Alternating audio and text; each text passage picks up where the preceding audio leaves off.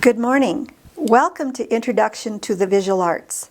Today we're going to do a referential art project based on Peter Bruegel the Elder's Hunters in the Snow. This is a painting done in the 1600s, I think, and in the Mannerist style. The Mannerist style means that you have this deep space. There is a video someplace else on Moodle that tells us about this painting, but this is the referential artwork that we are going to refer to. All right, so the first thing that you're going to do when you do your deep space artwork is you'll want to go to your multimedia pack, and again, mine looks a little different than yours, and you'll want to get a sheet of paper. So that is where you're going to start. So you'll start with a sheet of paper. You'll need a ruler, you'll need a pencil, and you'll need some colored pencils for this project. So let me set these aside here and we will get started. Now, what I'm going to do next is I'm going to show you a finished project so you know where we're going. This is a very simple one-point perspective drawing, and this is what we're going to do. Now, ours is done in one color, so it's actually just called, it's monochromatic. Mono meaning one, chromatic meaning one color. This is all done in a kind of violet color, and it's just created with using lots of pressure at the bottom, and then as you go up on the paper, it gets lighter and lighter. There's a rule in art, in a rule in perspective, that as something recedes in the paper, it gets closer together and it gets less and less value. And you can see that these lines, as they get farther up on the paper, they get closer together and they get lighter and lighter. And that is simply an optical illusion. That is a visual trick. And then as things come back toward you, they go from light here at the hills, and then they go dark, dark, dark, dark, dark to the top of the paper. Let me move this down ever so slightly so you can see the top. Because this part of the sky is closer to you than this part here that's behind the hills. So you are just creating a kind of optical illusion, because we know that this is simple, a flat piece of paper. So one-point perspective is just done with a series of visual tricks. It's done with shading and it's done with converging lines.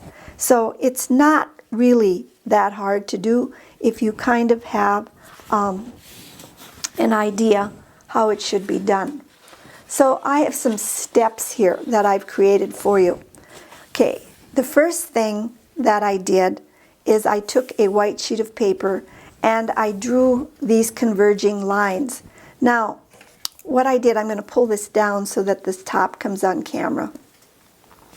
In the top of my paper here, right about in the center, I put a dot. Okay, that's just called the vanishing point. That's where all... I just dropped my microphone here. I can get it back. Okay. Well, that's where all the lines converge. So you want to take your ruler and you want to take this dot, and that's where all of your lines converge. But before you draw these diagonal lines, you'll want to draw the grid lines across. Now, the secret for these grid lines across is that each of these lines, each of these sections that I'm pointing, let me come in the section here. Each of these sections here are a little bit narrower than the ones before it. So I'm just thinking about drawing these lines across right now. So I started out by just drawing these lines across. The first one at the bottom, okay, now these can be arbitrary. They don't have to be any particular amount or any particular distance.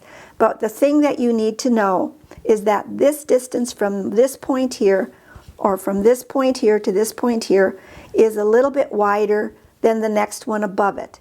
And this line from this line to this line, this space here has to be a little bit narrower, and this one from this one has to be a little bit narrower.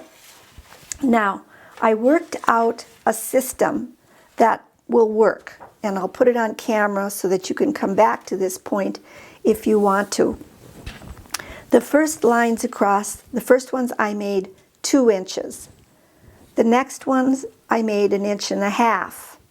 Then I went to 1 inch, then to 3/4 of an inch, 1/2 inch, and 1/4 of an inch. So I'm just talking about these lines across, and pay no attention to this sphere right now. Now, this piece of paper that I'm showing you, where the numbers are written, I have a border on here. But because we're working on a 9x12 sheet of paper, you don't have to do a border on this one. We're just going to skip that rule, because otherwise our drawing gets to be really small. If we're working with a bigger drawing, it seems to be just a little bit better. Okay. Now we go up to putting this vanishing point at the top of our paper. Now, so what I did here is these spaces here, I just kind of eyeballed them. But if you want to have, if you can't just eyeball them, about, I'd say 7/8 of an inch is the distance that these lines should be at the top. So you want to go to your vanishing point, and you want to find a starting point. So, excuse me. So you want to find a starting point. So what I did is, because I don't want to erase all this stuff on the top part of my paper, I didn't draw it in. But if you want to draw it in, you can, but then you'll have to erase everything that's on this top part. And if you erase it, that's okay, but your paper will probably get dirty. So I just skipped that step. So I went from this dot here and then just drew in a diagonal. I moved over about 7/8 of an inch, and then I drew my second line. Went over another 7/8 of an inch, always lining up with this vanishing point at the top, and then put in another line. And I just kept doing that all the way across my paper, so that each of these lines are about 7/8 inch apart, and always just pivoting my ruler on that vanishing point at the top of my paper, and doing that until I have a complete grid system on my paper. Okay, so you know, if you want to stop this video and draw these lines in, it's probably a good time to stop. But that's what I would do, is I'd just stop the video, or I'd watch the video a couple of times and just take some notes. Now, next step. After I have my grid system, I did the next step. And the next step is that I found something circular. In this case, I found a bowl. And I just took the bowl and I traced around the bowl. I just traced it. It's just a tracing. And then I added in these kinds of hills, because I want to create the illusion of depth on a flat surface. Now, actually, I told you before, or I've said this before, but I'll say it again, that when you use straight lines in art, they tend to flatten out space. But because you're using these diagonal lines and they're converging, your brain says something. It says, okay, these are lines that are converging. These are lines that are receding into the distance. So it adds to that optical illusion. So this is the next step. And then the final step is I took my colored pencils. And here I'm going to just move this up here. And I just used one colored pencil. I'll get out of my new box of Crayola colored pencils that I bought on a special, back to school special. They were very, very inexpensive. And you'll notice that I only have 12 of them, and that is plenty. You really don't need more than that unless you are an advanced person working in colored pencil.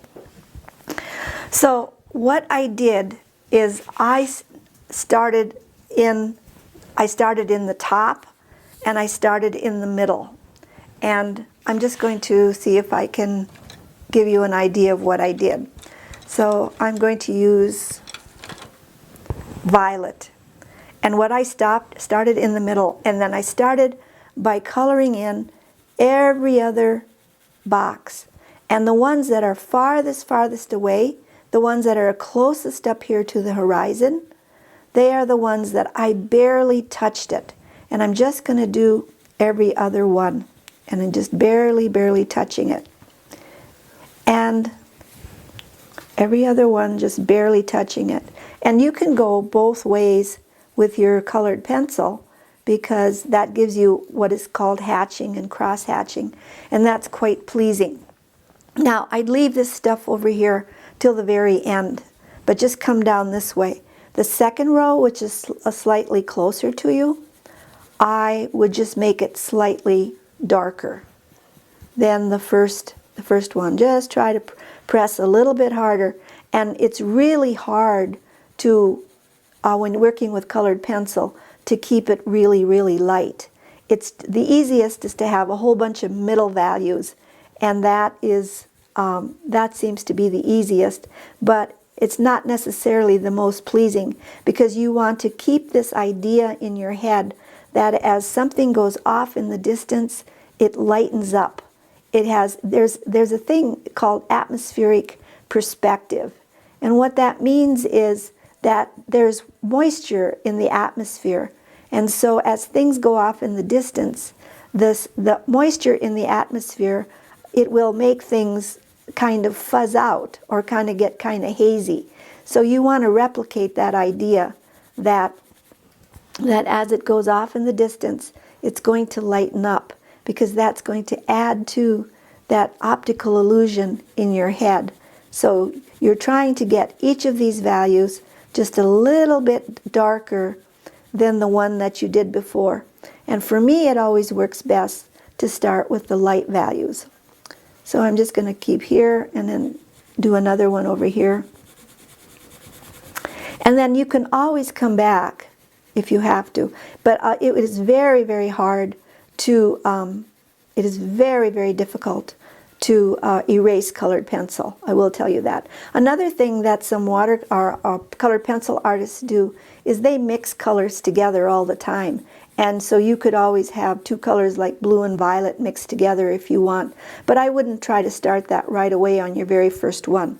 And also, I want you to remember that when your pencils get dull, don't put them in a pencil sharpener that's a mechanical pencil sharpener. Use your handheld pencil sharpener and very gently sharpen them, because the lead is kind of waxy and will break quite easily. So just keep going here. Now this one is going to be a little bit darker than the one before. The reason I leave this side until I'm done is so that I don't get my grid off. And I'm going to show you my next sample, and that one is where, because I tried to just go all the way across, I messed up and my grid is off. So once you get your grid off, it's really hard to get it back on, because you can't really erase. So you've got a single shot. So, and then this one keeps getting darker, and so on and so forth. Okay, now I'm going to skip ahead